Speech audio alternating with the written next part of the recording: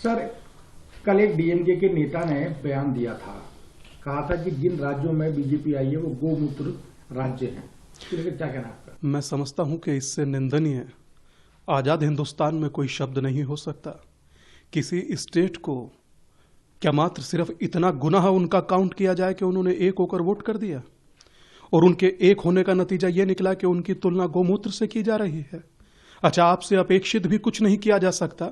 जो 1966 में गोभक्तों पर गोलियां चला सकते हैं, अगर वो आज गोमूत्र से तुलना कर रहे हैं तो ये मुझे लगता है कि छोटा ही बात होगा उनके लिए।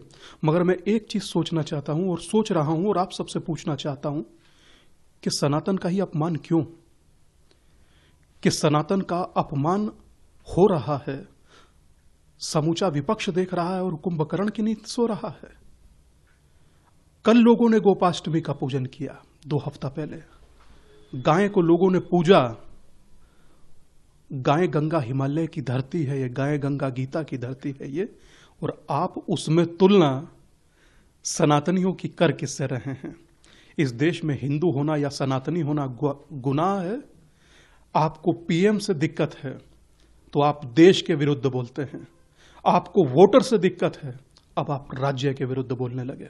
मैं समझता हूं कि इससे ज्यादा विभत्स सोच इस भारत में दूसरी कोई नहीं हो सकती। और जितने सनातनी विपक्ष में हैं और मौन बैठे हैं, ये प्रश्न उनसे है कि गुनाह उनके भी लिखे जाएंगे जो तटस्थ और मौन रहे। तो पहले भी इन लोगों ने इस तरीके की बयानबाजी की थी जहां पे लोगों की भावनाओं को ठेस पहुंची थी। अब इस तरह की बयानबाजी संसद में करना कितना घोर मानते हैं? मैं समझता हूं कि लोकतंत्र के मंदिर में मंदिर तुल्य सनातन का अपमान किया जाए और बाद में कटसी तौर पर माफी मांग ली जाए या उसको शब्द वापस लेने की बात किया जाए, तो मैं समझता हूं कि यह प्री प्लान्ड है। बस सिर्फ इतना उन 3 राज्यों की गलती है कि वो संगठित हुए, एक हिंदू होकर वोट किए और बांटने वाले जातियों में लोगों को मौन होकर मात्र तमाशा देखते रह गए। अब इनकी झल्लाहट मात्र उस पर है कि अपमानित कैसे किया जाए। और याद रखिएगा, आप जितना तोड़ने की कोशिश करेंगे, देश उतना संगठित और जुड़ करके आगे की ओर बढ़ेगा। मगर आप एक बात हमेशा याद रखिए कि जितना आप अपमानित कर कर कोई बड़ा नहीं हुआ, अपमानित करने वाला इंसान बहुत छोटा हो जाता है। और अब आपका मौन इस विषय पर रहना आपको और बोना कर देगा।